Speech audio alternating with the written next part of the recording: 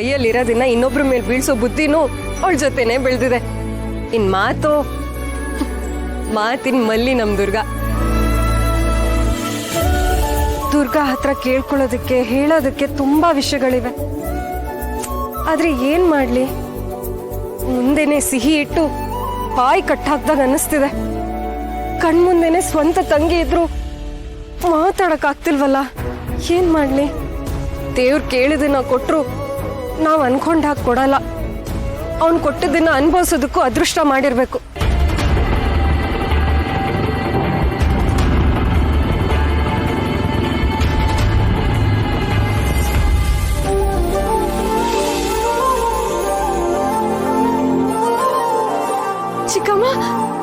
ಚಿಕ್ಕಪ್ಪ,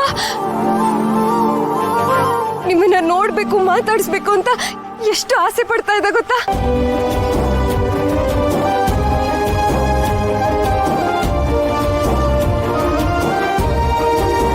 ನಮ್ಮ ಮನೆಯವ್ರಿಗೋಸ್ಕರ ನಾನ್ ಜೀವನ ಪೂರ್ತಿ ಹಂಬಲಿಸ್ತಾ ಇದ್ದೆ. ಈಗ ಚಿಕ್ಕಪ್ಪ ಕಣ್ಮುಂದೆ ಇದ್ರು ಮಾತಾಡ್ಸೋದಕ್ಕಾಗ್ತಿಲ್ಲ. ಏನ್ರಿ ಯೋಚನೆ ಮಾಡ್ತಿದ್ದೀರಾ? ನಡೀರಿ. ಪ್ರಭಾ, ನಿನಗೆ ಇದು ಸರಿ ಅನ್ನಿಸ್ತಾ ಇದೆಯಾ? ನಾವು ಗಡ್ಬಿಡಿ ಮಾಡ್ತಿದ್ದೀವಿ ಅಂತ ಅನ್ನಿಸ್ತಿಲ್ವಾ? ದುರ್ಗಾ ಏನಾದ್ರೂ ಹಾಗೇನೂ ಇಲ್ಲ. ಅವಳ ಬಗ್ಗೆ ನನಗೆ ಚೆನ್ನಾಗಿ ಗೊತ್ತು. ನಾನು ಬೆಳೆಸಿದ ಹುಡುಗಿ ಕಣ್ರಿ ಅವಳು. ನೀವು ಏನೇನೋ ಯೋಚನೆ ಮಾಡಿ ಕೊರಗಬೇಡಿ. ಮೊದಲು ಅವಳಿಗೆ ವಿಷಯ ತಿಳಿಸೋಣ, ಆಮೇಲೆ ನಿರ್ಧಾರ ತಗೋಬೇಕಾಗಿರೋದು ಅವಳೇ ಅಲ್ವಾ? ಇಷ್ಟು ದಿನ ಮಾಡಬಾರದು ಮಾಡಿ ಅವಳಿಗೆ ತುಂಬ ತೊಂದರೆ ಕೊಡ್ತೀನಿ. ಇನ್ಮೇಲಾದರೂ ಅವಳು ಖುಷಿಯಾಗಿರೋದಕ್ಕೆ ಏನೇನು ಮಾಡಬೇಕೋ ಅದನ್ನೆಲ್ಲ ಮಾಡೋಣ ರೀ. ಅಲ್ಲ, ನಮ್ಮ ದುರ್ಗಾ ಕೆಲಸ ಮಾಡ್ತಿರೋದು ಈ ಮನೇಲ? ಹ್ಞೂ ರೀ, ನಡೀರಿ, ಬನ್ನಿ, ನಡೀರಿ. ಚಿಕ್ಕಮ್ಮ ಇದ್ದಕ್ಕಿದ್ದ ಹಾಗೆ ಇಲ್ಲಿಗೆ ಯಾಕೆ ಬಂದ್ರು? ದುರ್ಗಾ ಬಗ್ಗೆ ಏನೋ ಮಾತಾಡ್ತಾ ಇದ್ರಲ್ವಾ? ದುರ್ಗಾಪುರದಿಂದ ಇಲ್ಲಿವರೆಗೂ ಬಂದಿದ್ದಾರೆ ಅಂದ್ರೆ ಏನೋ ಉದ್ದೇಶ ಇದ್ದೇ ಇರತ್ತೆ. ಅಲ್ಲಿ ನಿಂತ್ಕೊಂಡು ಏನ್ ಮಾಡ್ತಿದ್ಯಪ್ಪ? ಏನಿಲ್ಲಮ್ಮ, ಸುಮ್ಮನೆ ನಿಂತ್ಕೊಂಡಿದ್ದೆ. ನೀ ಸುಮ್ಮನೆ ನಿಂತಿದ್ಯಾ ಅಂದ್ರೆ ನಾನು ಬಿಡ್ತೀನಿ ಅಂತ ಅನ್ಕೊಂಡಿದ್ಯಾ? ಏನ್ ವಿಷಯ ಹೇಳಪ್ಪ. ಅಮ್ಮ, ಅದು ಅಂಬಿಕಾ ಹೋದ್ಮೇಲೆ ಹಿತಾ ಹೇಗಿದ್ಲು ಅಂತ ನಿಮಗೆ ಚೆನ್ನಾಗೇ ಗೊತ್ತು. ಅವಳು ಯಾರ ಜೊತೆನೂ ಕಂಫರ್ಟಬಲ್ ಆಗಿರ್ತಾ ಇರಲಿಲ್ಲ. ಆದರೆ ಈಗ ದುರ್ಗಾ ಬಂದಮೇಲೆ ಅವಳು ಬದಲಾಗಿದ್ದಾಳೆ. ಆ್ಯಕ್ಚುಲಿ ಅವಳು ಮೊದಲಿನ ಥರನೇ ಆಗ್ತಾ ಇದ್ದಾಳೆ ಆ್ಯಂಡ್ ಮಾತಾಡೋದಕ್ಕೂ ಶುರು ಮಾಡಿದ್ದಾಳೆ. ಐ ಅಂಡರ್ಸ್ಟ್ಯಾಂಡ್ ಶರತ್. ಹಿತಾ ಸರಿ ಹೋಗ್ತಾ ಇರೋ ಟೈಮಲ್ಲಿ ಈಗ ದುರ್ಗಾ ಮನೆಯಿಂದ ಹೊರಟೋದ್ರೆ ಎಲ್ಲಿ ಹಿತಾ ಮೊದಲಿನ ಥರನೇ ಮಾತಾಡದೆ ಸೈಲೆಂಟ್ ಆಗಿಬಿಡ್ತಾಳೋ, ಡಲ್ ಆಗಿಬಿಡ್ತಾಳೋ ಅಂತ ನಿಂಗೆ ಭಯ ಆಗ್ತಿದೆ ಅಲ್ಪಾಪ? ಚಿಕ್ಕಪ್ಪ, ನಾನು ಆಗ್ಲಿನೇ ಕೇಳೋಣ ಅನ್ಕೊಂಡೆ. ಅಪ್ಪ ಇವಾಗ ಹೇಗಿದ್ದಾರೆ? ಅಣ್ಣ ಈಗ ಆರಾಮಾಗಿದ್ದಾನೆ ಕಣಮ್ಮ. ನಾನೇ ಹೋಗಿ ನೋಡ್ಕೊಂಡು ಬಂದೆ ಅವನ್ನ. ದುರ್ಗಾ, ನಿನ್ನ ತಲೆ ತುಂಬ ಬರೀ ಹಿತನ ಬಗ್ಗೆನೇ ಯೋಚನೆ ಇದೆ ಅಂತ ನನಗನ್ನಿಸ್ತಾ ಇದೆ. ನೋಡು, ನೀನು ಮದುವೆ ಮಾಡ್ಕೊಂಡು ಹೋಗ್ಬಿಟ್ರೆ ಹಿತ ಈ ಮನೇಲಿ ಒಬ್ಬಂಟಿ ಆಗ್ಬಿಡ್ತಾಳೆ ಅಂತ ಭಯ ಪಡ್ತಾ ಇದೀಯ ಅಲ್ವಾ?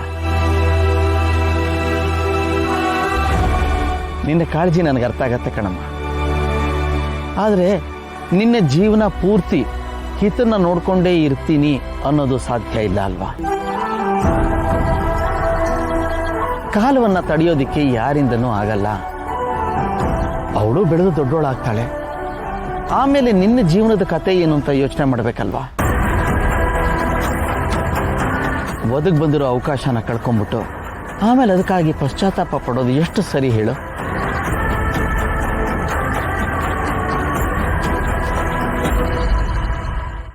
ಹಾಗಲ್ಲ ಅಮ್ಮ, ನನಗೂ ದುರ್ಗಾ ಲೈಫ್ ಹಾಳು ಮಾಡಬೇಕು ಅಂತ ಏನಿಲ್ಲ.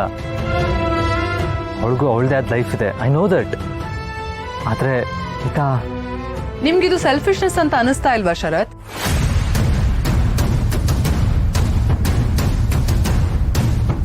ಏನ್ ಹೇಳ್ತಾ ಇದೀಯಮ್ಮ? ಹೌದು ಶರತ್.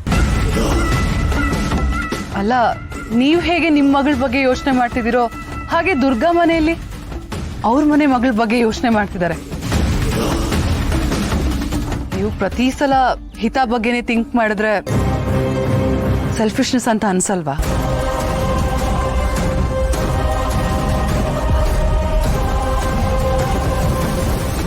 ನಾನು ಆಡ್ತಿರೋ ಮಾತನ್ನ ಕೇಳಿದ್ರೆ ನಿನಗೆ ನಾನು ಸ್ವಾರ್ಥಿ ಅಂತ ಅನ್ನಿಸ್ಬೋದು. ಆದರೆ ಏನು ಮಾಡೋಕ್ಕಾಗತ್ತೆ? ಹೆಣ್ಣು ಹೆತ್ತ ಮೇಲೆ ಮನುಷ್ಯ ಸ್ವಾರ್ಥಿ ಆಗಲೇಬೇಕಾಗತ್ತೆ ಕಣಮ್ಮ.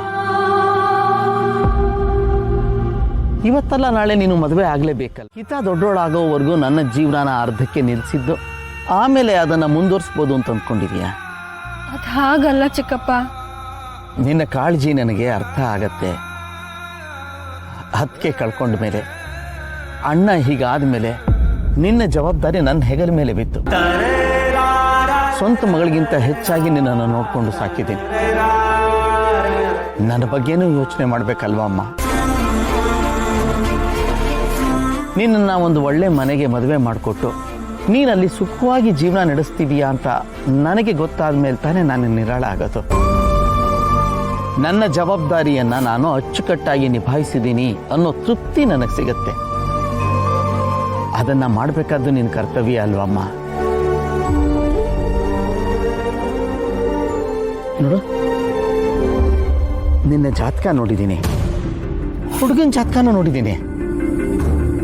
ನಿನಗೆ ಈಗ ಕುರುಬಲ ಇದೆ. ಈ ವರ್ಷದಲ್ಲಿ ನಿನಗೆ ಲಗ್ನ ಆಗುತ್ತೆ ಅಂತ ನಿನ್ನ ಜಾತಕ ಹೇಳ್ತಾ ಇದೆ.